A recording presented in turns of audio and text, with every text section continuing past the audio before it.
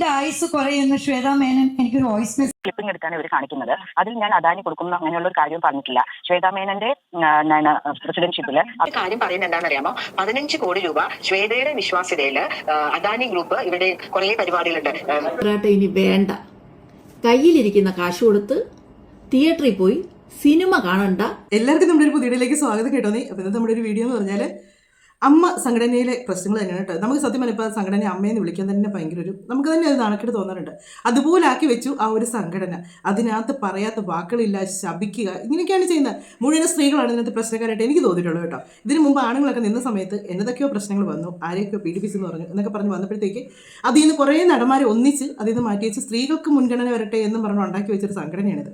അതിനകത്ത് ഒരുപാട് ഒന്നാമെന്ന് വെച്ചാൽ ഇതിനകത്ത് ഈ സംഘടനയിൽ ഈ വന്നേക്കുന്ന ഒറ്റ എണ്ണവും കുശുമ്പ് കുഞ്ഞായ്മ ഇല്ലാത്ത ഒന്നുമില്ല. എല്ലാത്തിനും കുശുമ്പ് കുഞ്ഞായ്മയാണ്. പിന്നെ പണത്തിനുള്ള ആർത്തി. ഇതാണ് നമുക്ക് ഇവരെ ചർച്ച ചെയ്യുമ്പോൾ തന്നെ നമുക്ക് മനസ്സിലാകുന്നത്.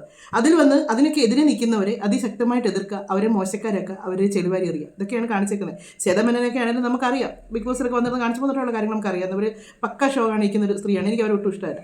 അവർ എല്ലാം തികഞ്ഞ അവരാണ് ഏറ്റവും വലിയ. പിന്നെ ലക്ഷ്മിപ്രിയ പ്രാക്കിൻ്റെ അമ്മായിയാണ്. ഏത് മനുഷ്യരെ കണ്ടാലും പ്രാഗി കൊല്ലുക എന്നുള്ളതാണ് പുള്ളിക്കാരുടെ ഒരു ഹോബി. പിന്നെ പുള്ളിക്കാരി മാത്രമല്ല ലോകത്തിലെ ഏറ്റവും വലിയ ദൈവവിശ്വാസി. വേറെ ആർക്കും ദൈവവിശ്വാസമില്ല. ഞാൻ വിശ്വസിക്കുന്ന ദൈവം എല്ലാത്തിനും ഞങ്ങൾ ഭസ്മമാക്കുമെന്ന് പറഞ്ഞ് നടക്കുന്ന ഒരു സാധനമാണ് അത്. ഇങ്ങനെ കുറേ എണ്ണങ്ങൾ.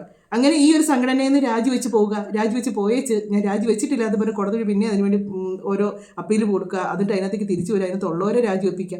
എന്നതൊക്കെയാണ് കാണിച്ച് കൂട്ടുന്നതെന്ന് ചോദിച്ചാൽ ഇവർക്ക് തന്നെ അറിയത്തില്ല. ഇവർക്കൊക്കെ ഭ്രാന്ത്, ഈ അധികാര മോഹങ്ങളുള്ളതുകൊണ്ടാണ് ഇതുപോലെ കിടന്ന് ബഹളം വെക്കുന്നത്. ഈ അധികാര മോഹങ്ങളൊന്നും ഇല്ലെങ്കിൽ ഇങ്ങനെയുള്ള കാര്യങ്ങൾക്കൊന്നും മുൻകൈ എടുക്കാൻ തോന്നത്തില്ല. ആരെങ്കിലും ഭരിക്കട്ടെ, ആര് ഭരിച്ചാലും നല്ല രീതിക്ക് പോവുക എന്ന് മാത്രമേ ചിന്തിക്കത്തുള്ളൂ. പിഷാരിയുടെ ആ വോയിസ് പുറത്തു വിടുക, ഇത്രയും വിശ്വസിച്ച് ശതമാനമൊക്കെ പക്ക ഒരു പന്ന സ്വഭാവം എന്നുള്ളതിൻ്റെതാണ് അവർ ആ ഒരു വോയിസ് ഒരാൾ പേഴ്സണലായിട്ട് വിളിച്ച് ആ ഒരു പ്രശ്നം പരിഹരിക്കാൻ വേണ്ടി വിളിക്കുമ്പോൾ അതിലെ പല സൗണ്ടുകളും മ്യൂട്ട് ചെയ്യുക, പലത് കട്ട് ചെയ്തിട്ട് അദ്ദേഹം പറഞ്ഞ കാര്യങ്ങൾ മൊത്തം പുറത്തിടുക. അതെന്നാണെങ്കിലും നമുക്ക് കേൾക്കുന്നവർക്കറിയാം അതൊരിക്കലും രമേശ് പിഷാരടി അല്ല അത് റെക്കോർഡ് ചെയ്തേക്കുന്നത്. ഇപ്പുറത്തെ സൈഡിൽ നല്ല ക്ലിയർ ആയിട്ടാണ് സൗണ്ട് കേൾക്കുന്നത്. അപ്പോൾ അതാരും റെക്കോർഡ് ചെയ്തതെന്നുള്ളത് നമുക്ക് നല്ലപോലെ അറിയാവുന്നതാണ്. ഇങ്ങനെയുള്ള നാറിയ പണിയൊക്കെ ഇവർക്കൊക്കെ ഇത്രയും പ്രായമായില്ലേ, ഇത്രയും ലോകപരിചയമില്ലേ, ഒരു ഇച്ചിരിയെങ്കിലും മര്യാദയ്ക്ക് ഇതുകൂടെ നിങ്ങൾക്കൊക്കെ. ഇതുപോലെ മനുഷ്യരെ കൊണ്ട് പറയിപ്പിക്കാൻ വേണ്ടി ഒരു സംഘടന ഉണ്ടാക്കി വെച്ച് അതിനകത്ത് കിടന്ന് കാണിക്കാത്ത കുന്തളിപ്പുകളൊന്നുമില്ല. 15 കോടി അദാനിയുടെ കയ്യിൽ നിന്ന് കിട്ടുന്നപ്പോഴത്തേക്ക് ആ മുഖത്ത് പറഞ്ഞാണ് മറ്റേ ലക്ഷ്മിപ്രിയ വന്നേക്കുന്നത്. അന്നേരം അവരത് തന്നെ ബന്ധിച്ച് പറഞ്ഞു ശ്വേതാ മേനോൻ വഴി കിട്ടി. അതിനകത്ത് 60 ലക്ഷം കടമാക്കി അങ്ങോട്ട് വെച്ചെന്നാണ് പറഞ്ഞത്. 60 ലക്ഷം രൂപയോളം അതിൽ നിന്ന് എടുത്തവർ മാറ്റി വെച്ചാണ് അവരിപ്പോൾ ഈ അതിനകത്തേക്ക് എമൗണ്ട് വരുന്നു എന്ന് പറയുന്നതല്ലാതെ ഇതുവരെ വന്നിട്ടുമില്ല, എടുത്തിട്ടുമില്ല. ഇങ്ങനെയുള്ള കാര്യങ്ങളൊക്കെയാണ് ഇവിടെ നടക്കുന്നത്. എന്നാണെങ്കിലും നമുക്കെതിരെ കുറച്ച് കാര്യങ്ങളൊക്കെ ഇപ്പോൾ പുതിയൊരു ആളും കൂടെ വന്നിട്ടുണ്ട്. വലിയ ഡയലോഗൊക്കെ അടിച്ചുകൊണ്ട് യമുന റാണി എന്നാണ് അവർ വന്നിട്ട് കുറേ ഡയലോഗ് അടിച്ചിട്ടുണ്ട്. കഴിഞ്ഞ ദിവസം ഇന്നലെയായിരുന്നു തോന്നുന്നു. ഇന്നലെ രാവിലെയാണ് ഇവർ 24 ഇവർ ആ ഒരു ന്യൂസും കാര്യങ്ങളും ഞാൻ ന്യൂസ് വെച്ചപ്പോഴത്തേക്കാണ് കാണുന്നത്. ഈ അൻസിബ ഇവരെല്ലാം കൂടെ ഇങ്ങനെ ഓരോ കാര്യങ്ങൾ ചർച്ച ചെയ്യുന്നത് ഞാൻ കുറേ ഇരുന്ന് കേട്ട് നമുക്കത് കേൾക്കുമ്പോൾ അറിയാം അവർ പറയുന്ന കാര്യങ്ങളെല്ലാം ജെന്യൂൻ ആണെന്നുള്ളത് അറിയാം. പ്രസ് മീറ്റിംഗ് വെച്ചിട്ടുണ്ടായിരുന്നു. അതിനകത്ത് കുറേ കാര്യങ്ങൾ ഇവർ പറയുന്നുണ്ട്. അൻസിബ, പിന്നെ മാല പാർവതി, പിന്നെ മായ വിശ്വനാഥ്, ഉഷയുണ്ട്. അപ്പോൾ ഇവരെല്ലാം കൂടെ കുറേ കാര്യങ്ങൾ പറയും. അപ്പം അതിനെപ്പറ്റി വന്നിച്ച് പുള്ളിക്കാർ കുറച്ച് ഡയലോഗ് അടിക്കുന്നുണ്ട്. ഒന്നെങ്കിൽ നിങ്ങളൊക്കെ സ്ത്രീകൾക്ക് വേണ്ടി സംസാരിക്കാൻ നിൽക്കില്ലെന്ന് പറയുന്നതിൻ്റെ കാര്യം എന്താണെന്ന് ചോദിച്ചാൽ അവർ ചെയ്യുന്ന കാര്യങ്ങൾക്ക് ഇപ്പം ഒരു സ്ത്രീക്കാണ് ഇത്രയും ഇപ്പം ഈ ലക്ഷ്മിപ്രിയ ഇറങ്ങി എന്തോ ഒരു ഇൻ്റർവ്യൂ ആണ് കൊടുത്തേക്കുന്നത്. എന്നതെല്ലാം കാര്യങ്ങളാണ് പറഞ്ഞിരിക്കുന്നത്. എത്ര മോശമായിട്ടുള്ള കാര്യങ്ങൾ വരെ അതിനകത്ത് പറഞ്ഞിട്ടുണ്ട്. ജിഹാദിയാണെന്നും അതുപോലെ തന്നെ മത തീവ്രവാദിയാണെന്ന് വരെ അൻസിബ പറഞ്ഞിട്ടുണ്ട്. അത്രയൊക്കെ പറ്റി ഇത് നേരെ തിരിച്ച് ഈ ലക്ഷ്മിപ്രിയനെ പറഞ്ഞിരുന്നെങ്കിൽ എൻ്റെ അമ്മോ കാട് കുലുക്കി ഇങ്ങനെ വന്നായിരുന്നേ, എന്നെ അങ്ങനെ പറഞ്ഞു ഇങ്ങനെ പറഞ്ഞു, എന്നാ അലപ്പം ബഹളമായിരുന്നു. എവിടെ നോക്കിയാലും പെൺപിള്ളയുടെ വായ കാണുമായിരുന്നു. ആ അൻസിബ പറഞ്ഞ കാര്യങ്ങളൊക്കെ കേൾക്കണം. എത്ര മോശമായിട്ടാണ് അവർ പറഞ്ഞിരിക്കുന്നത്. അവരും ഒരു സ്ത്രീയല്ലേ, അതിനെ സപ്പോർട്ട് പിടിച്ച് വന്നിട്ടുണ്ട്. അപ്പോൾ ആദ്യം നമുക്ക് ഇവർ പറഞ്ഞ് കേട്ടിട്ട് അൻസിബ എന്നതാ പറഞ്ഞതും കൂടെ നമുക്ക് കേൾക്കാവേ. എല്ലാവർക്കും നമസ്കാരം. ഇന്ന് രാവിലെ ഒരു കോമഡി ഷോ കണ്ടുകൊണ്ടാണ് എൻ്റെ സുപ്രഭാതം ആരംഭിച്ചത്. അതിൻ്റെ ബാക്ക്ഗ്രൗണ്ട് എന്താണെന്ന് ഞാൻ പറയാം. 2 ഉറ്റ സുഹൃത്തുക്കൾ തമ്മിലുള്ള പടലപ്പണക്കം, ഒരു ചെറിയ തീപ്പൊരി, ഒരു ഫോൺ കോളിലൂടെയോ ഒരുമിച്ചിരുന്ന് കോഫി കുടിക്കുന്നതിലൂടെയോ തീരാവുന്ന ഒരു വിഷയം. ആ ചെറിയ തീപ്പൊരിയെ ചിലരെല്ലാം കൂടി എടുത്ത് അമ്മ എന്ന മഹാസംഘടനയുടെ നടുക്കുകൊണ്ടെന്ന് വെച്ചു. ആ ചെറിയ തീപ്പൊരിയെ വലിയ തീയാക്കി മാറ്റി ഒരു ഭരണസമിതിയെ മുഴുവൻ താഴെ ഇറക്കാൻ സാധിച്ചു. രാവിലെ എണീറ്റപ്പോഴേ നിങ്ങളൊരു കോമഡി പടം കാണാം. നിങ്ങൾ അതിന് അത്രയും സീരിയസ്നെസ് കണ്ടിട്ടുള്ളൂ. ഒരു പെൺകുട്ടിയെ പറയുന്ന വാക്കുകൾക്ക് നിങ്ങൾ യാതൊരു പരിഗണനയും കൊടുത്തിട്ടില്ല. നിങ്ങൾക്ക് 2 പെൺപിള്ളേരുള്ളതല്ലേ. അത് അങ്ങനെയുള്ളവർക്ക്, ഒരു പെൺമക്കളുള്ളവർക്ക്, പ്രത്യേകിച്ച് ഒരു പെൺകുഞ്ഞിനെ പറ്റി, അതൊരു കല്യാണം കഴിക്കുന്ന ഒരു പെൺകുട്ടിയെ പറ്റി ഇതുപോലെ മോശമായിട്ട് പറയുമ്പോൾ ഒരു ഫീലിങ്സ് നിങ്ങൾക്ക് തോന്നിയില്ലേ? നിങ്ങൾ ഭയങ്കര തത്വം പറച്ചിലാണ്. നിങ്ങൾ ബിഗ് ബോസിൽ നിന്ന് ഇറങ്ങിക്കഴിഞ്ഞ് ഭയങ്കര ഡയലോഗും ഭയങ്കര കാര്യങ്ങളൊക്കെ ആയിരുന്നു, അതിനകത്ത് അങ്ങനെയാണ് ഇങ്ങനെയാണെന്നൊക്കെ പറഞ്ഞു. പക്ഷേ നിങ്ങളുടെ ഈ ഒരു നിലപാടുണ്ടല്ലോ ഭയങ്കര മോശമായിട്ട്, ഭയങ്കര മോശം കാര്യം. അവരെത്ര വ്യക്തമായിട്ട് തെളിവോട് കൂടിയാണ് ഓരോ കാര്യങ്ങൾ അവരോടൊന്ന് പറഞ്ഞിരിക്കുന്നത്. അവരത്രയും പറയുമ്പോഴത്തേക്ക് അവരെ ഒരു കോമഡി കാണുന്ന പോലെ നിങ്ങൾക്ക് തോന്നി അല്ലേ? ഇതൊക്കെയാണ് നിങ്ങളുടെ സംഘടനയുടെ ഏറ്റവും വലിയ കുഴപ്പം. ഒരു മനുഷ്യൻ ഒരു പ്രശ്നം പറഞ്ഞു വരുമ്പോഴത്തേക്ക് അത് നിങ്ങൾക്കൊക്കെ കോമഡി ആയിട്ട് തോന്നും. അതുകൊണ്ട് നിങ്ങളത് വലിയ സീരിയസ് ആയിട്ട് എടുക്കത്തില്ല. അതിനകത്ത് പരിഹരിക്കാൻ പറ്റാതെ വരുമ്പോഴാണ് അവരത് പുറത്തേക്ക് കൊണ്ടുവരുന്നത്. പുറത്തേക്ക് കൊണ്ടുവന്ന് കഴിയുമ്പോഴത്തേക്ക് പിന്നെ എല്ലാവരും വന്ന് ഭയങ്കര ഡയലോഗടിയാണ്. പക്ഷെ എനിക്കിപ്പോൾ ഇതൊന്നുമല്ല കോമഡി ആയിട്ട് തോന്നിയത്. അതിൻ്റെ ഊർജത്തിലാവണം ഇന്നിപ്പോൾ നമ്മുടെ കേരള സർക്കാരിനെയും ആഭ്യന്തരമന്ത്രിയെ, നമ്മുടെ പോലീസ് വിഭാഗത്തെ മുഴുവൻ പത്രസമ്മേളനത്തിലൂടെ വെല്ലുവിളിച്ചിരിക്കുകയാണ്. ജനങ്ങളോട് ആഹ്വാനം ചെയ്തിരിക്കുകയാണ്, സംഘടിക്കണം. നിങ്ങളെ ഞാൻ ആ ഒരു കാര്യം കേൾപ്പിക്കാം കേട്ടോ. ഇവർ പറഞ്ഞു ജനങ്ങളോട് സംഘടിക്കാൻ പറഞ്ഞേക്കുമെന്ന്.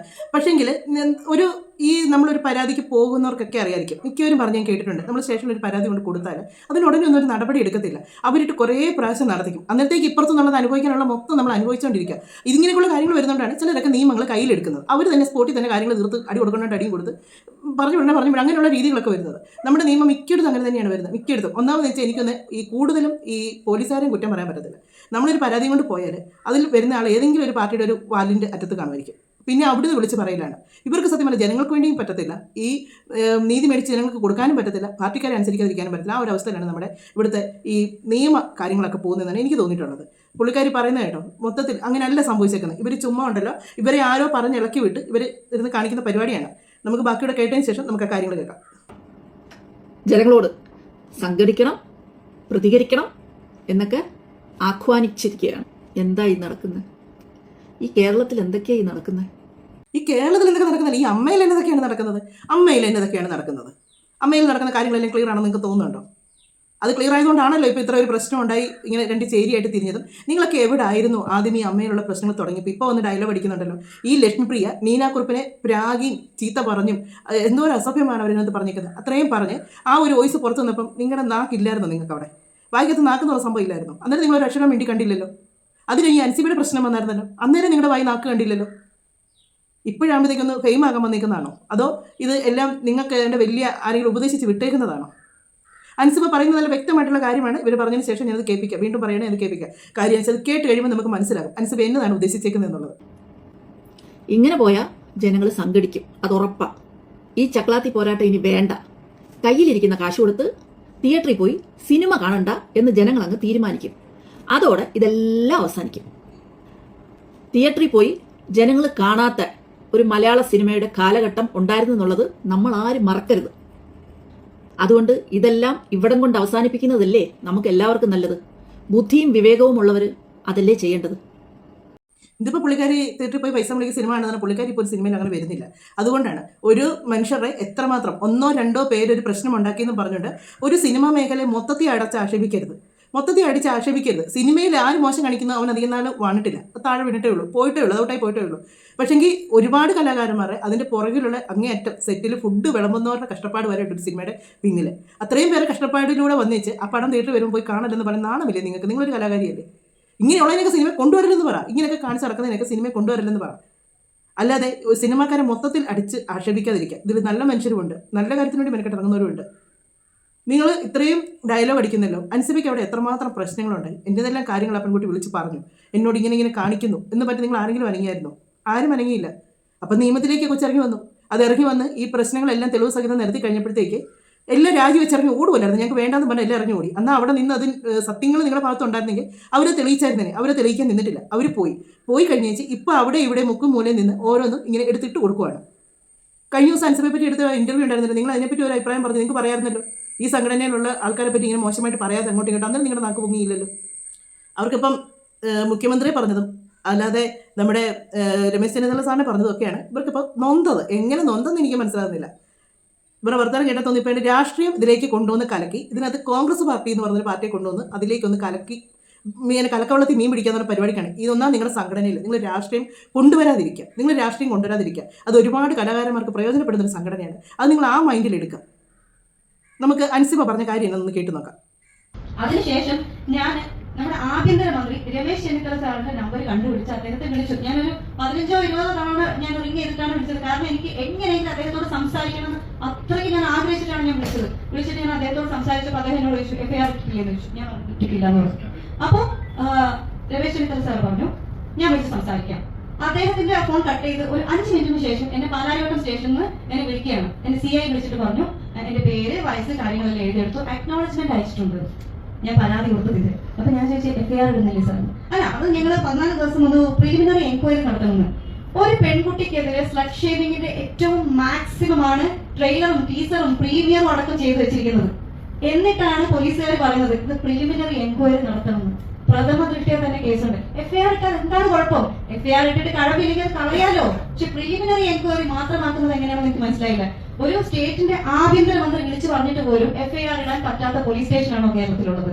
അപ്പൊ നമ്മൾ ആലോചിക്കേണ്ടിയിരിക്കുന്നു, കേരളത്തിലുള്ള പോലീസ് സ്റ്റേഷനുകൾ എല്ലാം ഇങ്ങനെയാണോ ഇങ്ങനെയല്ലേ എന്ന് നമ്മൾ തീർച്ചയായിട്ടും അറിയണം. ഓപ്പറേഷൻ തൂഫാൻ നടക്കുന്നുണ്ട്. എനിക്ക് ആഭ്യന്തരമന്ത്രിയോടുള്ള റിക്വസ്റ്റ് ആണ്, ഓപ്പറേഷൻ തൂഫാനോടൊപ്പം തന്നെ ചെയ്യേണ്ട ഒരു പ്രധാന കാര്യമാണ് സാധാരണക്കാർ പോലീസ് സ്റ്റേഷനിൽ പരാതിയുമായിട്ട് വരുന്ന സമയത്ത് ആ പരാതി എടുക്കുന്നുണ്ടോ? അല്ലെങ്കിൽ പരാതിക്കാർക്ക് സ്വാധീനവും പണവും ഒന്നും ഇല്ലാന്നുണ്ടെങ്കിൽ അവരുടെ പരാതി എടുക്കില്ലേ? ആരോപണ വിധേയരായിട്ടുള്ളവരെ സഹായിക്കാനാണോ പോലീസ് സ്റ്റേഷൻ പ്രവർത്തിക്കുന്നത് എന്നുള്ളത് ഓപ്പറേഷൻ തൂഫാനോടൊപ്പം തന്നെ അല്ലെങ്കിൽ അതിന് മുകളിൽ പ്രാധാന്യം അറിയിക്കുന്ന ഒരു കാര്യമാണ്. അത് തീർച്ചയായിട്ടും ആഭ്യന്തരമന്ത്രി തീർച്ചയായിട്ടും ശ്രദ്ധിക്കേണ്ട കാര്യമാണ്. ഓപ്പറേഷൻ തൂഫാനോട് ഇതിൽ നിങ്ങൾക്ക് എവിടെയെങ്കിലും തോന്നിയോ നമ്മുടെ ആഭ്യന്തരമന്ത്രിയെ ഭീഷണിപ്പെടുത്തി പറയുന്ന പോലെയോ അല്ലെങ്കിൽ ജനങ്ങളോട് സംഘടിക്കാൻ പറയുന്നത് നിങ്ങൾക്ക് എവിടെയെങ്കിലും തോന്നിയോ? ഇതാണ് ഈ അൻസിബ പറയുന്ന കാര്യങ്ങൾ കറക്റ്റാണ്. ഒരു സാധാരണക്കാരൻ ഒരു പരാതി കൊണ്ട് ചെന്നാൽ അവൻ ആ കിട്ടേണ്ട നീതി അവിടുന്ന് കിട്ടണമെന്നാണ് അവർ പറയുന്നത്. അല്ലാതെ ഇവിടെ ഒരു പ്രശ്നങ്ങൾ ഉണ്ടാക്കാനോ അല്ലെങ്കിൽ ഒരു പാർട്ടിയുടെ ഇതായിട്ടുള്ളതോ യാതൊന്നും അല്ല അതിൽ ചർച്ച വന്നിരിക്കുന്നത്. അവർക്ക് നീതി കിട്ടിയില്ല. ആ നീതി കിട്ടാത്തതിന്റെ പ്രതിഷേധമാണ് അവരെ പറഞ്ഞത്. അതിന് അവർ ഒരു സമൂഹത്തിനെ അവർ കൂട്ടുപിടിച്ചില്ല. പൊതുജനങ്ങൾ കൂടണമെന്നോ നിങ്ങൾ എൻ്റെ ഒപ്പം നിൽക്കണമെന്നോ നമുക്ക് അവിടെ പോയി സമരം ചെയ്യണമെന്നോ ഇതൊന്നും അത് പറഞ്ഞു. ഇവരൊക്കെ ആരൊക്കെയോ സ്ക്രൂ കയറ്റി വിട്ടേച്ച് എന്നതൊക്കെയോ പറയാനായിട്ട് വരുന്നു. പക്ഷേ ഇവരെ പോലുള്ളവരൊക്കെ ഇങ്ങനെയൊക്കെ പറയുമ്പോൾ ഉണ്ടല്ലോ ഒരുപാട് കഷ്ടം തോന്നാറുണ്ട്. കാര്യം എന്നാന്ന് ചോദിച്ചാൽ ഇവരൊക്കെ കുറച്ചുകൂടെ നമ്മൾ ഒരു ഇതായിട്ട് കാണുന്നതാണ്. ഇവരൊക്കെ ഒരു പ്രശ്നം വന്നാൽ അത് ഇച്ചിരി ഗൗരവത്തോടു കൂടി കാണുന്നവരെന്നുള്ള രീതിക്ക് നമ്മൾ കാണുന്നതാണ്. ഇതൊക്കെ ലക്ഷ്മിപ്രിയയുടെ ഒക്കെ ആ ഒരു കാറ്റഗറിയിലേക്കൊക്കെ ആയി പോവാണ് ഇവരും കൂടെയൊക്കെ. എന്നിട്ട് അവർ പറഞ്ഞ ലാസ്റ്റ് വെച്ച് തന്നതാണ് ജനങ്ങളെ കൂട്ടാൻ നോക്കുന്നു എന്നതാണ് ഈ കേരളത്തിൽ നടക്കും. അവർ അതിനകത്ത് അൻസിബ പറഞ്ഞ ഏതെങ്കിലും ഒരു കാര്യം മോശമായിട്ടുണ്ടെങ്കിൽ നിങ്ങൾക്ക് കമൻറ്റിലൂടെ പറയും. അൻസിബ പറഞ്ഞ കാര്യം തെറ്റാണ് എന്ന് പറയാം. എനിക്ക് തോന്നിയില്ല അൻസിബ അതിനകത്ത് പറഞ്ഞ ഒരു കാര്യങ്ങളും ഒരു മന്ത്രിയെ ഭീഷണിപ്പെടുത്തലോ അല്ലെങ്കിൽ നമുക്ക് ഈ പൊതുസമൂഹത്തിന് എന്തെങ്കിലും പ്രശ്നം വരുന്നൊരു കാര്യമോ അങ്ങനെയൊന്നും അവർ പറഞ്ഞിട്ട് എനിക്ക് തോന്നിയില്ല. അവർ കൊടുത്ത കേസിന് അത്രയും തെളിവും കാര്യങ്ങളും ഉണ്ടായിട്ട് അതിന് FIR ഇട്ടില്ല. അത് മാത്രമേ ഉള്ളൂ അവരുടെ പരാതി എന്ന് പറയുന്നത്. പിന്നെ ഈ ഇത്രയും വലിയ മഹത്വം പറയുന്ന ശ്വേതാ മേനോനോട് ഒരു സൗഹൃദ സംഭാഷണത്തിലൂടെ പ്രശ്നങ്ങൾ ഒതുക്കാം, ഈ പ്രശ്നങ്ങൾ മാറ്റിയെടുക്കാം, ഇവരെല്ലാം ഒന്നിച്ച് പോകട്ടെ എന്ന് കരുതിയിട്ട് രമേശ് പിഷാടിക്കുണ്ടായ അനുഭവം എന്നറിയാലോ. ആ വോയിസ് അതുപോലെ എടുത്ത് പുറത്തേക്ക് ഇട്ടു. എന്നെയല്ല അദ്ദേഹം പറഞ്ഞ കുറച്ച് കാര്യങ്ങൾ നമുക്ക് കേൾക്കാം. അമ്മ സംഘടന 32 വയസ്സായിട്ട് സംഘടനയെ കോടതിയിൽ എത്തിക്കണം എന്നുള്ള ഒരു ആഗ്രഹവും എനിക്കില്ലായിരുന്നു. അത് രമ്യതയിൽ പരിഹരിക്കണം. ഞാൻ സംസാരിക്കാമെന്ന് ഓർത്തു. ഞാൻ അങ്ങനെ എൻ്റെ ആദ്യത്തെ മാധ്യമങ്ങളെ കണ്ടപ്പോൾ ഞാൻ പറഞ്ഞിരുന്നല്ലോ, ഞാൻ ശ്വേതയോട്, അൻസിബയോട്, ടിനിയോട്, അവരുടെ അഡ്വക്കേറ്റുമാരോട്, മല്ലിക ചേച്ചിയോട്, ലക്ഷ്മി പ്രിയയോട് ഞാൻ ഇവരോടെല്ലാം മണിക്കൂർ കണക്കിന് സംസാരിച്ചു എന്നാണ് ഞാനെന്ന് പറഞ്ഞത്. അങ്ങനെ മണിക്കൂർ കണക്കിന് സംസാരിച്ചതിൽ ഒരു ഓഡിയോ ആണ് ഇന്ന് ലീക്ക് എന്നാണ് നിങ്ങൾക്ക് വാക്ക് ഉപയോഗിക്കുന്നത്. ലീക്കല്ല, റിലീസാണ്. ലീക്കും റിലീസും വ്യത്യാസമുണ്ടല്ലോ. റിലീസാണ്. അതിന്റെ ഓഡിയോ ക്വാളിറ്റിയുടെ വ്യത്യാസം. എൻ്റെ ഫോൺ ടോണും ബാക്കി ലൈവ് ടോണും കേട്ടാൽ എവിടുന്ന ലീക്കായെന്നൊക്കെ അല്ലെങ്കിൽ റിലീസായെന്നുള്ളത് നമുക്ക് മനസ്സിലാവും. എനിക്ക് വ്യക്തിപരമായി, ഞാൻ എൻ്റെ വ്യക്തിപരമല്ല ഈ പ്രശ്നം പറഞ്ഞെങ്കിലും വ്യക്തിപരമായി എനിക്ക് വലിയ സൗഹൃദം ഉണ്ടായിരുന്ന, ഞാനുമായിട്ട് കോൺടാക്ട് ഉണ്ടായിരുന്ന ഇനി ഉണ്ടാവുമായിരിക്കും, കാണുന്ന ഒരാളിൽ നിന്നും ആ ഓഡിയോ നമ്മളൊരു രമ്യതയിൽ എത്തിക്കാൻ വേണ്ടി ആഗ്രഹിച്ചുകൊണ്ട് പ്രതീക്ഷിച്ചുകൊണ്ട് വർത്തമാനം പറയുന്ന അനുരഞ്ജന സംസാരങ്ങളുടെ ഓഡിയോ പുറത്തു വിട്ടതിൽ എനിക്കൊരു പേഴ്സണൽ ഇഞ്ചുറി, ഒരു വേദന ഉണ്ട്. അതാണ് എനിക്ക് ആകെ ഇതുമായി ബന്ധപ്പെട്ട് തോന്നിയുള്ളൂ. അല്ലെങ്കിൽ നമ്മൾ നല്ലത് വരണമെന്ന് മാത്രമല്ല വിചാരിക്കുന്നത്, നമ്മളെല്ലാവരും ഇതിനകത്തുള്ള എല്ലാവരും ഒന്നിച്ച് നിൽക്കണം കിട്ടണമെന്നാണ്. ഒരു സംഘടനയിൽ നിന്ന് പ്രശ്നം ഉണ്ടാക്കുക, അതിലെ അവരോട് ചോദിക്കുന്ന ചോദ്യങ്ങൾക്ക് അവരിൽ ഉത്തരമില്ലാതാകുക, കണക്കും കാര്യങ്ങളും ഒക്കെ എങ്ങനെ നോക്കിയാലും ഒരു കറക്റ്റ് ആകാതിരിക്കുക, എന്നിട്ട് അവിടുന്ന് അവർ തരും, ഇവിടുന്ന് ഇവർ തരും, അത്ര കോടി കിട്ടും, ഇത്ര കോടി കിട്ടും എന്ന് പറഞ്ഞ് അത് മാത്രം പറഞ്ഞുകൊണ്ട് നടക്കുക. ചോദിക്കുന്ന ചോദ്യങ്ങൾക്കൊക്കെ ഉത്തരങ്ങളില്ലാതെ വരുമ്പോൾ ഉത്തരം മുട്ടുമ്പോൾ കൊഞ്ഞനെ കുത്തുക എന്ന് പറയും. എന്ന് പറഞ്ഞാൽ ഉത്തരം മുട്ടിപ്പോൾ അവിടെ നിന്ന് ഇറങ്ങി പോയി പറഞ്ഞു ഞാൻ ഈ സംഘടന ഇനിയില്ല, രാജിവെക്കുക പറയും.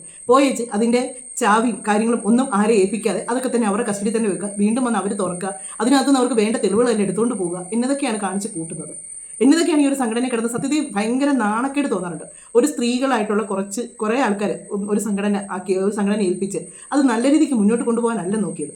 അത് ഇതുകൊണ്ടാണ് സത്യമായ പുരുഷന്മാർ സ്ത്രീകളെ അപമാനിക്കുമ്പോൾ പുരുഷന്മാർ എപ്പോഴും എന്നെ തന്നെ സ്ത്രീകളെ പറയും, നിങ്ങൾ സ്ത്രീകൾ ഒന്നിച്ച് നിന്നാൽ ശരിയാകുമോ, രണ്ട് സ്ത്രീകൾ ഒന്നിച്ച് നിന്ന വഴക്കാണ് എല്ലാവരും പറയുന്നത്. അമ്മായിയമ്മയും മരുമോളും വഴക്ക്, പക്ഷേ ഒരിക്കലും ഒരു മരുമോനും അമ്മായിപ്പനും കൂടെ തമ്മിൽ വഴക്കെന്ന് കേട്ടിട്ടില്ല. ഇന്നതെല്ലാം കാര്യങ്ങൾ ഒരു സ്ത്രീകളെ തമ്മിൽ ഇങ്ങനെ മോശക്കാരാക്കുന്ന രീതിക്ക് അങ്ങനെയുള്ളിടത്തേക്ക് ഒരു സംഘടനയിലോട്ട് വന്നു വെച്ച് രണ്ട് ചേരിയായിട്ട് തിരിയുക, അവിടെ ഇല്ലാത്ത പ്രശ്നം. ഒന്നാമെന്ന് വെച്ചാൽ ലക്ഷ്മിപ്രിയനൊക്കെ അതിലൊരു ഇതാക്കല്ലായിരുന്നു, അതിനെയൊക്കെ മാറ്റി നിർത്തണമായിരുന്നു. അതൊക്കെ എവിടെ നിന്നാലും പ്രശ്നമുള്ളതെന്ന് എല്ലാവർക്കും അറിയുന്ന കാര്യമാണ്. പുള്ളിക്കാരിയുടെ ഒരു തീരുമാനം, പുള്ളിക്കാരിയാണ് എല്ലാം എന്നുള്ളൊരു ഭാവത്തിലാണ്. അങ്ങനെ ഒരിടത്ത് ഒരു സംഘടനയുടെ തലപ്പത്തൊന്നും ഇരിക്കാൻ പറ്റത്തില്ല. അങ്ങനെയൊന്നും ഞാനാണ് ഏറ്റവും വലിയ ആള്, ഞാൻ കഴിഞ്ഞുള്ളൂ, എല്ലാവരും എന്നിലൂടെ എല്ലാ കാര്യങ്ങളും നടക്കാവുള്ളൂ, എൻ്റെ അടിമയായിട്ട് എല്ലാവരും നിൽക്കണം, അങ്ങനെയൊക്കെ ചിന്തിക്കുന്നുണ്ടെന്ന് ഒരു സംഘടനയുടെയൊക്കെ തലപ്പത്ത് വന്നാൽ സംഘടന ഒന്നും പോകത്തില്ല നല്ല രീതിക്ക്. അവിടെ ഭയങ്കര ഈഗോ ആയിരിക്കും. ആരെങ്കിലും എന്നെ നല്ലത് പറഞ്ഞു കൊടുത്താലും അതവർ അംഗീകരിക്കത്തുമില്ല, പ്രശ്നങ്ങളായിരിക്കും. തന്നെയല്ല ശ്വേതാമേനോന് ഇവരൊന്നും എനിക്ക് തോന്നിയിട്ടില്ല ഒരു നല്ലൊരു ക്യാരക്ടറാണെന്ന് എനിക്ക് തോന്നിയിട്ടില്ല. ഇതിനെയൊക്കെ എടുത്താൽ വെക്കുന്ന സമയത്ത് വേറെ ആരെങ്കിലും അതിൻ്റെ തലപ്പത്തായിരുന്നെങ്കിൽ ആ സംഘടന ഇന്നിപ്പോൾ ഇത്ര ഒരു നാട്ട കേസ് ഇട്ട് വരികയായിരുന്നു. ഓഫീസ് അടച്ചിട്ട് ചാവിയും കൊണ്ട് പോകുക, അത് ആരെങ്കിലും എൻ്റെ ചാവി ഏൽപ്പിക്കാതിരിക്കുക, അങ്ങനെ സ്വന്തം വീട് മാതിരി കയറി ഇറങ്ങി ഇങ്ങനെ ഓരോന്ന് കിടന്നായിരിക്കും. ഒരു സംഘടനയാണെന്നുള്ള പരിഗണന ഒന്നും കൊടുക്കുന്നില്ല.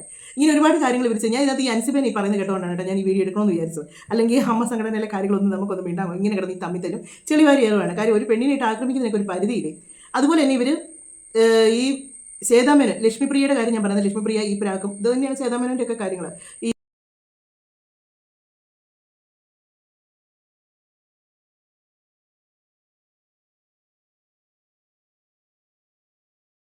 എന്റെ ആയുസ് കുറയുന്ന ശ്വേതാ മേനൻ എനിക്കൊരു വോയിസ് മെസ്സേജ് അയച്ചു. എന്റെ ആയുസ് കുറഞ്ഞുകൊണ്ടിരിക്കുകയാണെന്ന്. ഞാൻ ഇഷ്ടമാണെങ്കിൽ ഇപ്പൊ ശ്വേത ചേച്ചിയെ പോലെ തന്നെ അത് മീഡിയയിൽ വേണമെങ്കിൽ കൊടുക്കാം. എന്റെ ആയുസ് കുറഞ്ഞുകൊണ്ടിരിക്കും. ഇപ്പൊ ഞാനത് ആ സമയത്തും പറഞ്ഞു, ഇത് പറഞ്ഞാണ് അശ്ലീലമാണോ? എന്താ പുള്ളിക്കാരുടെ വിദ്യാഭ്യാസം പഠിച്ച സ്കൂളിനെ പറ്റിയൊക്കെ രമേഷ് പിഷാരോട് ഭയങ്കര അതിനകത്ത് കുറേ ഉപമകൾ പറയുന്നുണ്ട് കേട്ടോ. അതൊക്കെ കേട്ട് കഴിഞ്ഞാൽ നമുക്ക് അവരുടെ ആ ഒരു എന്നതാണ് അവർക്കുള്ള ബോധം നമുക്ക് മനസ്സിലാകും. അതെല്ലാം പൊളിച്ച് രമേഷ് പിഷാരുടെ കൈ കൊടുക്കുന്നുണ്ട്. ആ കൊടുക്കുന്ന ഉപമയല്ല, ആ ഒരു വ്യക്തിയാണ് ഇവരെ പറഞ്ഞതാണ് നിന്റെ ആയുസ് കുറയുന്നത്. ഒരു മനുഷ്യൻ്റെ ആയുസ് തീരുമാനിക്കുന്നത് ഇവരാരാണ് ഒരു മനുഷ്യൻ്റെ ആയുസ് തീരുമാനിക്കാനായിട്ട്? ഞാൻ ഇവരുടെ ഇതിനാണ് ഇന്ന് പക്ഷേ അവർക്ക് എത്ര ക്ഷീണമായിട്ട് തോന്നുന്നു. പക്ഷേ കഴിഞ്ഞ ദിവസം അവർ ആ ഒരു പ്രശ്നങ്ങളൊക്കെ നടക്കുന്ന സമയത്ത് അവർ വല്ലാതെ ക്ഷീണിച്ച് ഇവർ നല്ലൊരു ഹെൽത്തി ആയിട്ടുള്ളൊരു ലേഡി ആയിട്ടാണ് ഞാൻ എപ്പോഴും കണ്ടിട്ടുള്ളത്. അതുകൊണ്ടായിരിക്കും പെട്ടെന്ന് അവരുടെ മുഖത്തെ ഒരു ക്ഷീണവും അവർ ആ ഒരു ശരീരം ക്ഷീണിച്ചേക്കുന്നത്. അത് കണ്ടപ്പോൾ ഞാൻ അതിന് പറയുകയും ചെയ്തു, ഇവർക്ക് ഇനി എന്തെങ്കിലും വയ്യാഴികയാണോ അവർ ക്ഷീണിച്ചിരിക്കുന്നത്. പക്ഷേ ഈ ഒരു ഇതും കൂടെയൊക്കെ കേൾക്കുമ്പോൾ അവരുടെ ആയുസിന് ഇത് പറയേണ്ടി നിൽക്കുന്നത് ശ്വേതാമേനോൻ. ഇങ്ങനെയുള്ള സാധനം അത് ഈ ലക്ഷ്മിപ്രിയക്ക് ചേരും പുള്ളിക്കാരി. അതാണെന്ന് ഈ നീനാക്കുറുപ്പിനെ അത്രയും പറഞ്ഞിട്ട് കുക്കു പരമേശ്വരൻ മാത്രമുള്ള അതിന് എതിരായിട്ടൊരു വാക്ക് പറഞ്ഞത്. ശ്വേതാമേനോൻ അനങ്ങിയിട്ടില്ല. അപ്പോൾ ശ്വേതാമേനോൻ അത് ആഗ്രഹിച്ചിരുന്നു, ലക്ഷ്മിപ്രിയ ഇത്രയും പറയണമെന്ന് ആഗ്രഹിച്ചിരുന്നത്. അവരും പറയാൻ അതുകൊണ്ടായിരിക്കും അവർ മൗനമായിട്ടിരുന്നത്. അതൊന്നും പുറത്ത് വന്നതിനൊന്നും ഒരു പ്രശ്നമില്ല. ഈ പുള്ളിക്ക് ഇപ്പോൾ ഈ അൻസിബ വന്നിച്ച കേസിൻ്റെ ഒരു കാര്യം പറഞ്ഞാണ് വലിയ പ്രശ്നമായിട്ട് തോന്നിയത്. ആ പത്രസമ്മേളനത്തിൽ മാലാപാർവതി കുറച്ച് കാര്യങ്ങൾ വിടുന്നുണ്ട്. പത്മജ മേനോൻ എന്ന് പറഞ്ഞാൽ അവർ രാഷ്ട്രീയക്കാരിയാണ്. അവർ പറയുന്ന കുറച്ച് കാര്യങ്ങൾ വോയിസ് അവരുടെ മുഖം കാണിച്ച് തന്നെയാണ് ആ ഒരു വോയിസ് ഇത് വെളിയിലേക്ക് വിടുന്നുണ്ട്. അവർ ഈ അമ്മ സംഘടനയിലേക്ക് 15 കോടി കിട്ടുന്നതിനെ പറ്റി പറയുന്നതും അതിൻ്റെ കാര്യങ്ങൾ പറയുന്നത്. അവർ ഈ സംഘടനയിലെ ആരുമല്ല, ഈ പത്മജ എന്ന് പറഞ്ഞവർ സംഘടനയിലെ ആരുമല്ല. അത് മാലാപാർവതി എടുത്ത് പറയുന്നുണ്ട്. അപ്പം അവരതിനകത്ത് കൊടുത്തിരിക്കുന്ന വോയിസ് നല്ല വ്യക്തമായിട്ട് നമുക്ക് ഇവർ പറയുന്ന ശേഷം അപ്പോൾ ശ്രീകണ്ഠൻ സാർ തന്നെ ഇവരായിട്ട് അവർ ആ വോയിസിൻ്റെ കാര്യം അവർ ചോദിക്കുന്നുണ്ട്. ചോദിക്കുമ്പോൾ അവർ പറയുന്ന കള്ളത്തരങ്ങൾ ആദ്യം നിങ്ങൾ ശ്രദ്ധിച്ചോണേ. കാര്യം എന്നാന്ന് ചോദിച്ചാൽ തെളിവ് സഹിതം സോഷ്യൽ മീഡിയ വരുന്ന പല കാര്യങ്ങളും തെളിവ് സഹിതമായിട്ട് അതവിടെ കിടക്കും. നമ്മൾ തിരുത്തി പറയാൻ നിന്നാൽ ആ തെളിവ് സഹിതമായിരിക്കും മറ്റുള്ളവർ പൊക്കിക്കൊണ്ട് വരുന്നത്. അതുകൊണ്ട് ഈ പറയുന്ന കാര്യങ്ങൾ മൊത്തം നിങ്ങൾ ഇവർ ആദ്യം പറയുന്നതും അത് കഴിഞ്ഞ് മാലാപാർവതി ആ വോയിസ് വിടുന്നത് നിങ്ങളൊന്ന് കേട്ടോണേ. ശ്വേതയുടെ പേരിൽ അമ്മയിലേക്ക് അദാനി ഗ്രൂപ്പ് 15 കോടി രൂപ നൽകുമെന്ന ബിജെപി നേതാവ് പത്മജ മേനോൻ പറയുന്ന ഒരു വീഡിയോയാണ് ഈ വാർത്താ സമ്മേളനത്തിൽ മാലാപാർവതി പുറത്തുവിട്ടത്. ഇപ്പോൾ പത്മജ മേനോൻ നമുക്കൊപ്പം ടെലിഫോണിൽ ചേരുന്നു ഈ വിവരത്തിന്റെ വിശദാംശങ്ങൾ നൽകാൻ. Padmaja, good morning. പത്മജ, വളരെ ഓപ്പണായിട്ട് ഇത്തരം ഒരു വീഡിയോ പുറത്തുവിടുകയായിരുന്നു മാലാപാർവതി വാർത്താ സമ്മേളനത്തിൽ. താങ്കൾ കണ്ടോ എന്ന് എനിക്കറിയില്ല. എന്താണ് ഇക്കാര്യത്തെക്കുറിച്ച് താങ്കൾക്ക് പ്രാഥമികമായി പ്രതികരിക്കാനുള്ളത്? ഞാൻ ആ പത്രസമ്മേളനമോ വാർത്തയോ കണ്ടിട്ടില്ല, അതൊരു യാത്രയിലാണ്. എന്നെ പക്ഷേ എൻ്റെ 1-2 സുഹൃത്തുക്കൾ വിളിച്ചു പറഞ്ഞു, ഇങ്ങനെ വളരെ ഡിഫേമറ്ററി ആയിട്ടുള്ള കാര്യങ്ങൾ നടക്കുന്നുണ്ട്, എന്താണ് സംഭവം എന്ന് വിളിച്ചു ചോദിച്ചു. ഇത് ന്യൂസ് നോട്ട് 24 എന്നൊരു ചാനലിൽ ഞാൻ കൊടുത്തൊരു 10 മിനിറ്റ് നീണ്ടു നിൽക്കുന്ന അഭിമുഖത്തിന്റെ ഒരു ചെറിയ ക്ലിപ്പിംഗ് എടുത്താണ് ഇവർ കാണിക്കുന്നത്. അതിൽ ഞാൻ അദാനി കൊടുക്കുന്ന അങ്ങനെയുള്ള ഒരു കാര്യം പറഞ്ഞിട്ടില്ല. ശ്വേതാ മേനന്റെ പ്രസിഡന്റ്ഷിപ്പിൽ അവർ ധാരാളം കോൺടാക്ട്സ് ഉള്ള പേഴ്സൺ ആണ്. അവർക്ക് അതുവഴി അദാനി കൊടുക്കുന്ന കാര്യത്തെപ്പറ്റി ഞാൻ പറഞ്ഞിട്ടേ ഇല്ല എന്നാണ് പറഞ്ഞിരിക്കുന്നത്. അവർ ആ ഒരു പേര് പറഞ്ഞിട്ടില്ലെന്നാണ്. ഇത് ഓർത്ത് വെച്ചാണ്. അത് കഴിഞ്ഞ് അവരുടെ വോയിസ് കേൾക്കുന്നുണ്ട്. ശ്വേതാ മേനന്റെ പ്രസിഡന്റ്ഷിപ്പിൽ അവർ ധാരാളം കോൺടാക്ട്സ് ഉള്ള പേഴ്സൺ ആണ്. അവർക്ക് അതുവഴി അദാനിയുടെ അടുത്ത് നിന്ന് ഫണ്ട് കിട്ടിയും അത് ഈ അമ്മ കൈനീട്ടം എന്ന് പറഞ്ഞ കാര്യങ്ങൾ കൊടുക്കുന്നുണ്ട്, വീട് വെച്ചു കൊടുക്കാൻ, ധാരാളം കാര്യങ്ങൾക്ക് ഉപയോഗിക്കാമെന്നാണ് ഞാൻ പറഞ്ഞിരിക്കുന്നത്. ഞാൻ കേട്ടിട്ടില്ല, കേൾപ്പിച്ചാൽ നന്നായിരിക്കും. ശരി. വലിയൊരു കാര്യം പറയുന്നത് എന്താണെന്നറിയാമോ? 15 കോടി രൂപ ശ്വേതയുടെ വിശ്വാസ്യതയിൽ അദാനി ഗ്രൂപ്പ് ഇവിടെ കുറെ പരിപാടികളുണ്ട്. ദക്ഷിണ അങ്ങനത്തുള്ള ബുദ്ധിമുട്ട് അനുഭവിക്കുന്ന സിനിമാ രംഗത്തുണ്ടായിരുന്ന ആൾക്കാർക്ക് കരുതലായിട്ട് കൊടുക്കുന്ന കാര്യങ്ങളൊക്കെ ഉണ്ട്. അത് കുറച്ച് കൂടുതൽ കൊടുക്കാം, വീട് വെച്ച് കൊടുക്കാം, പല കാര്യങ്ങൾ. 15 കോടി രൂപ എന്ന് എന്തൊക്കെ ചെയ്യാൻ പറ്റും? അപ്പോൾ ഇവർക്ക് ആക്സെപ്റ്റ് ചെയ്യാൻ പറ്റുന്നില്ല. ഒരു സ്ത്രീ വന്നിട്ട് ഇത്രയും പാപവും കാണിക്കുന്നു, ഞങ്ങൾക്ക് ചെയ്യാൻ പറ്റാത്ത എന്ത് കാര്യമാണ് ഇവരുടെ കയ്യിലുള്ളത്? അല്ലെങ്കിൽ സാധാരണ അമ്മ ഒരു ഷോ നടത്തും, അതിൽ നിന്നുള്ള പൈസ വെച്ചാണ് ചെയ്യുന്നത്. പിന്നെ ഇതിലൊരു വലിയൊരു കാര്യം പറയുന്നത് എന്താണെന്നറിയാമോ? 15 കോടി രൂപ ശ്വേതയുടെ വിശ്വാസ്യതയിൽ അദാനി ഗ്രൂപ്പ് ഇവിടെ കുറെ പരിപാടികളുണ്ട്. ദക്ഷിണ താങ്കൾക്ക് അറിയുന്ന പോലെ ഒരു ചാരിറ്റബിൾ ഓർഗനൈസേഷനാണ് ഈ അസോസിയേഷൻ മലയാളം മൂവി ആർട്ടിസ്റ്റ് അഥവാ അമ്മ. അത്തരം ഒരു സംഘടനയ്ക്ക് പുറത്തുനിന്ന് 15 കോടി രൂപ വാഗ്ദാനം ചെയ്താൽ അത് ചാരിറ്റബിൾ പരിപാടിക്കല്ലാതെ മറ്റെന്തെങ്കിലും ഈ കൈനീട്ടം പോലുള്ള പരിപാടികൾ ഉപയോഗിക്കാൻ കഴിയില്ല എന്നറിയാം. മാത്രമല്ല, ആരാണ് പത്മജ അമ്മയിൽ അംഗമാണോ എന്നൊക്കെ ചോദിക്കുന്നുണ്ടായിരുന്നു. അത് ഞാനൊരു കാര്യം പറയട്ടെ, ഞാൻ അമ്മയിലെ അംഗമല്ല. ഇവർ പറയുന്നത് പോലെ ഇത് മാത്രമല്ല ശ്രീകണ്ഠൻ നായർ സാർ പറയുന്നത്, അവർ വേറെയും പല കാര്യങ്ങൾ പറയുന്നുണ്ട്. അതായത് ശ്വേത BJP-യിലേക്ക് ആൾക്കാരെ കൊണ്ടുവരാനായിട്ട് വേണ്ടി നമ്മൾ ഇതാക്കി എന്നൊക്കെ പറയുന്നുണ്ട്. ചാരിറ്റബിൾ ഓർഗനൈസേഷൻ ആണെങ്കിൽ ചാരിറ്റി അല്ലേ വീട് വെച്ച് കൊടുക്കുക എന്ന് പറയുന്നത്, ചാരിറ്റി അല്ലേ അവർക്ക് കൈനീട്ടം കൊടുക്കുക എന്ന് പറയുന്നത്. പിന്നെ വേറെ എന്താണ്? അല്ല ശ്വേത, പത്മജ, ഈ ചാരിറ്റി എന്ന് പറയുമ്പോൾ ഈ അമ്മയിലെ സ്വന്തം അംഗങ്ങൾക്ക് ആ സംഘടന അതിൽ നിന്ന് ചാരിറ്റബിൾ ഓർഗനൈസേഷന് പണം കൊടുക്കാൻ നിയമം അനുവദിക്കുന്നില്ല. അതാണ് പറയുന്നത്, സംഘടനയിലേക്ക് അങ്ങനെ കൊടുക്കാൻ പറ്റത്തില്ല. അങ്ങനെ ഒരു ഗ്രൂപ്പിൽ നിന്നും അങ്ങനെ ഒരു സംഘടനയിലേക്ക് അവർ തന്നെ അവരുടെ പ്രോഗ്രാം ചെയ്തും മറ്റല്ലാതൊക്കെ ആയിട്ട് അവർക്ക് ഇഷ്ടംപോലെ പൈസ അവരുടെ സംഘടനയിലുണ്ട്. അവർക്ക് പുറത്തുനിന്നുള്ള പൈസ ആവശ്യമില്ലെന്ന് അവരെല്ലാവരും പറയുന്നുണ്ട്. അവർക്ക് പുറത്തുനിന്നുള്ള ഒരു സംഘടനയുടെ ഒന്നും വേണ്ട. കാര്യം ഇവർ ഓരോ കാര്യങ്ങൾക്കും, ഒരു അമ്പലത്തിൻ്റെ ആണെങ്കിലും പള്ളിയുടെ ആണെങ്കിലും ഒക്കെ അവർ എടുത്ത് കഴിയുമ്പോഴത്തേക്ക് അതൊക്കെ ഓരോ മതത്തിൻ്റെ ഇതായിട്ട് വരും. അതുകൊണ്ടാണ് അവരിങ്ങനെ അതുപോലെ രാഷ്ട്രീയക്കാർ അതൊന്നും അവരുടെ സംഘടനയിൽ ഇതൊന്നുമില്ല, അവിടെ മനുഷ്യർ മാത്രമേ ഉള്ളൂ എന്നുള്ള രീതിക്കാണ് അവർ ആ സംഘടന മുന്നോട്ട് കൊണ്ടുവന്നത്. അതിലേക്ക് കൊണ്ടുവന്നാണ് മാലാപാർവതി പിന്നെ അത് പറയുന്നുണ്ട്. ഇവർ പറയുന്ന കാര്യം, ഇവരെന്തിനാണ് സംഘടന പൈസ എന്ന്, ഞങ്ങളുടെ സംഘടനയ്ക്ക് ഇങ്ങനെ ഒരു ഗ്രൂപ്പിന് പൈസ ആവശ്യമില്ലെന്നും അങ്ങനെയൊക്കെ അവർ വ്യക്തമായിട്ട് പറയുന്നുണ്ട്. ഇവർ അമ്മ സംഘടനയിലുള്ള വ്യക്തിയാണെന്നും ഒക്കെ ചോദിക്കുന്നുണ്ട്. ഇതിൽ ശരിക്കും രാഷ്ട്രീയം കലർന്നിട്ടുണ്ട്. ശരിക്കും ഇതിൽ കുറച്ച് പേര് കൂടി നല്ല രാഷ്ട്രീയം കളിക്കുന്നുണ്ട്. ഈ രാഷ്ട്രീയം കളിക്കുന്ന എന്നതിനാണ് എനിക്ക് മനസ്സിലാകുന്നത്. കാര്യം നമ്മുടെ രാഷ്ട്രീയത്തിൽ ഉണ്ടായിരുന്ന ആൾക്കാർ തന്നെ, ഇന്നസെൻ്റ്, അതുപോലെ തന്നെ ജഗദീഷ്, മുകേഷ്, ഗണേശ്, ഇവരൊക്കെ രാഷ്ട്രീയത്തിൽ ഉണ്ടായിരുന്നവർ തന്നെയാണ്. അവരെല്ലാം അതിനകത്തുണ്ടെങ്കിലും അവർ എന്നിട്ട് രാഷ്ട്രീയം അതിനകത്ത് ഒരു കൂട്ടിക്കലർത്തിയിട്ടില്ല. അവരെ സംഘടനയിൽ മാത്രമേ നിന്നിട്ടുള്ളൂ. ഇത് കുറേ പെണ്ണുങ്ങൾ ഇങ്ങോട്ട് വന്നേച്ച് കുറേ കാര്യങ്ങളും കാണിക്കുന്നു. ഒന്നും കേട്ട് കേൾവി പോലില്ലാത്ത കുറേ കഥകളും കുറേ ആഭാസത്തരങ്ങളും പറഞ്ഞ് അങ്ങോട്ടും ഇങ്ങോട്ടും പെണ്ണുങ്ങൾ തമ്മിൽ അടിയുക. പെണ്ണുങ്ങൾ തമ്മിൽ എത്ര നാണക്കേടാന്ന് ഓർത്ത് വയ്ക്കണം, എത്ര നാണക്കേട്. അൻസിബ പറയുന്ന വേറൊരു കാര്യമുണ്ട്. പക്ഷെ നമ്മളത് കേൾക്കുമ്പോൾ പിഷാരിയെ പറയുന്നതായിട്ട് തന്നെയാണ്. അത് അൻസിബ പറഞ്ഞതിൽ വന്ന തെറ്റായിരിക്കും എന്നാണ് ഞാൻ വിചാരിക്കുന്നത്. പക്ഷേ അൻസിബ തിരുത്തി പറയുന്നുണ്ട്. നമുക്കൊന്ന് കേട്ടതിന് ശേഷം വരാം. ഞാൻ അന്നേരം ഓർക്കുകയും ചെയ്തു, രമേഷ് പിഷാരി ഇത്രയും എല്ലാവരെയും ഒന്നിപ്പിക്കാൻ നിർത്തിയിട്ട് ആ മനുഷ്യനെയും ഇങ്ങനെ അൻസിബയും പറയുന്നല്ലോ എന്ന് എനിക്ക് തോന്നിപ്പോയിരുന്നേ. പക്ഷേ അൻസിബ ഇത് പിന്നെ തിരുത്തി പറയുന്നുണ്ട്. നമുക്ക് ആദ്യം അൻസിബ പറഞ്ഞ കാര്യം കേട്ടോ. കേസായിട്ട് തന്നെ മുന്നോട്ട് പോകാനാണ് തീരുമാനം. രമേഷ് പിഷാരടി എന്ന് പറഞ്ഞ അദ്ദേഹത്തെ എനിക്ക് എൻ്റെ കൊളീഗായിട്ട് അറിയാം. അദ്ദേഹം ഇപ്പോൾ MLA ആണ്. അദ്ദേഹത്തിനോടുള്ള റെസ്പെക്റ്റിന്റെ പുറത്താണ് ഞാൻ അദ്ദേഹമായിട്ട് സംസാരിച്ചത്. അദ്ദേഹം എന്നെ ഒരുപാട് തവണ വിളിച്ച് സംസാരിച്ചു. അവസാനം ഞാൻ വിചാരിച്ചാൽ ഇത്രയും തവണ വിളിച്ച് സംസാരിക്കുന്ന ആളല്ലേ, അദ്ദേഹത്തിന് ഞാൻ കൊടുക്കേണ്ട റെസ്പെക്ട് കാരണമാണ് ഞാൻ പറഞ്ഞത് ശരി ചേട്ടാ സംസാരിക്കാമെന്ന്. അങ്ങനെയാണ് രമേശ് ചേട്ടൻ സംസാരിച്ചിട്ട് എൻ്റെ അടുത്ത് പറഞ്ഞു അൻസിബ മാപ്പ് എഴുതി കൊടുക്കണം. ഇത് എവിടുത്തെ ന്യായമാണ്? അപ്പൊ ഞാൻ പറഞ്ഞു ശരി ചേട്ടാ ഇനി ഇതിനെ പറ്റി സംസാരിക്കേണ്ടെന്ന്. ഒന്ന് ആലോചിച്ച് നോക്കൂ, പരാതിക്കാരി മാപ്പ് എഴുതി കൊടുക്കണത്ര എനിക്ക് പരാതി പറയൂല എന്ന്. ഇത് വെള്ളരിക്കാ പട്ടണോ? അതിനെപ്പറ്റി എനിക്കറിയില്ല. അത് ഞാൻ ആ ഓഡിയോ കേട്ടപ്പോഴാണ്. പക്ഷെ ഒരു കാര്യം ആലോചിച്ച് നോക്കൂ, വളരെ പേഴ്സണൽ ആയിട്ട് സംസാരിക്കുന്ന ഒരു ഓഡിയോ ലീക്ക് ചെയ്യാന്ന് പറയുമ്പോൾ തന്നെ ഇന്ത്യയിലെ IT ആക്ട് പ്രകാരം അത് തെറ്റാണ്. സംസാരിച്ചതിന് ശേഷം പരാതി അവർ പറഞ്ഞു, പരാതി അത് പിഷാരിൽ നിന്ന് പേരെടുത്ത് പറയുന്നില്ല. പക്ഷെ നമ്മൾ കേൾക്കുന്ന ആര് കേട്ടാലും തോന്നും രമേശ് പക്ഷേ ടിനി ടോമാണ് പറഞ്ഞത് മാപ്പ് പറഞ്ഞ് എഴുതി കൊടുക്കായിരുന്നു. ഇത്രയെല്ലാം ഈ പെണ്ണോട് കാണിച്ചിട്ട് ഇതിനെ ഇത്രയെല്ലാം മോശം വർത്താനം പറഞ്ഞിട്ടും ഇത് പരാതിപ്പെട്ടതിന് അത് മാപ്പ് പറയാനായിട്ട് എന്തൊരു സംഘടന. ഇതിന് കുറേ പെണ്ണുങ്ങൾ ചുക്കാൻ പിടിക്കുന്നുണ്ട് ഇതിനൊക്കെ പിന്നിൽ. അതുകൊണ്ടാണ് അതിനെതിരെ അനുസരിച്ച് വന്നിച്ച് കുറച്ച് കാര്യങ്ങൾ പറയുന്നുണ്ട്. ഞാനൊരു കാര്യം ക്ലാരിറ്റി വരുത്താൻ വേണ്ടിയിട്ടാണ് ഇങ്ങനൊരു വീഡിയോ ചെയ്യുന്നത്. ഇന്ന് രാവിലെ ഞാനൊരു പ്രസ് മീറ്റ് നടത്തിയിട്ടുണ്ടായിരുന്നു. ആ പ്രസ് മീറ്റിൽ ഞാനൊരു കാര്യം പരാമർശിച്ചിട്ടുണ്ടായിരുന്നു. ഞാനും ശ്രീ ടിനി ടോമും തമ്മിൽ നടക്കുന്ന തർക്കം പരിഹരിക്കാനായിട്ട് ശ്രീ രമേഷ് പിഷാരടി ഇടപെടുകയും അദ്ദേഹം ആ തർക്ക പരിഹാരത്തിനായിട്ട് ശ്രമിച്ചതിന്റെ ഭാഗമായിട്ട് അദ്ദേഹം ശ്രീ ടിനി ടോമുമായി സംസാരിക്കുകയും അദ്ദേഹത്തിന്റെ വക്കീലായിട്ടൊക്കെ സംസാരിച്ചതിന് ശേഷം അവരാണ് അദ്ദേഹത്തോട് പറഞ്ഞത് അൻസിബ മാപ്പ് എഴുതി കൊടുക്കണം. ആ വിവരം അദ്ദേഹം എന്നെ അറിയിക്കുകയായിരുന്നു ചെയ്തത്. അപ്പോൾ അങ്ങനെയാണ് ഉണ്ടായിട്ടുള്ളത്. അല്ലാതെ ശ്രീ രമേഷ് പിഷാരടി എന്നോട് മാപ്പ് എഴുതി കൊടുക്കാൻ പറഞ്ഞിട്ടില്ല. അദ്ദേഹത്തിനോട് ശ്രീ ടിനി ടോമിന്റെ ഭാഗത്തു നിന്നും അങ്ങനെ ഒരു ആവശ്യമാണ് ഉണ്ടായിരുന്നത്. ആ ആവശ്യം അദ്ദേഹം എന്നോട് പറയുകയും അത് നടക്കില്ല എന്ന് തന്നെയാണ് അദ്ദേഹം പറഞ്ഞിട്ടുണ്ടായിരുന്നത്. അപ്പോൾ ആ ഒരു കാര്യം ക്ലാരിറ്റി വരുത്താൻ വേണ്ടിയിട്ടാണ് കേട്ടോ ഞാൻ ഒരു വീഡിയോ ചെയ്തത്. ദയവേത് ശ്രീ രമേഷ് പിഷാരടി ചേട്ടന് തെറ്റിദ്ധരിക്കരുത്. അദ്ദേഹം എന്നോട് മാപ്പ് എഴുതി കൊടുക്കാൻ പറഞ്ഞിട്ടുണ്ട്. എന്നെ അതിന് അൻസിബ പരാതി കൊടുത്തിട്ടുണ്ട്. അൻസിബ അത് FIR ഇട്ടിട്ടുണ്ടെന്ന് എനിക്ക് തോന്നുന്നു. അത് കേസ് ഇതാക്കിയിട്ടുണ്ട്. അതിൻ്റെ പുറകെ തന്നെ അൻസിബ സ്ട്രോങ് ആയിട്ട് തന്നെയാണ് നിൽക്കുന്നത്.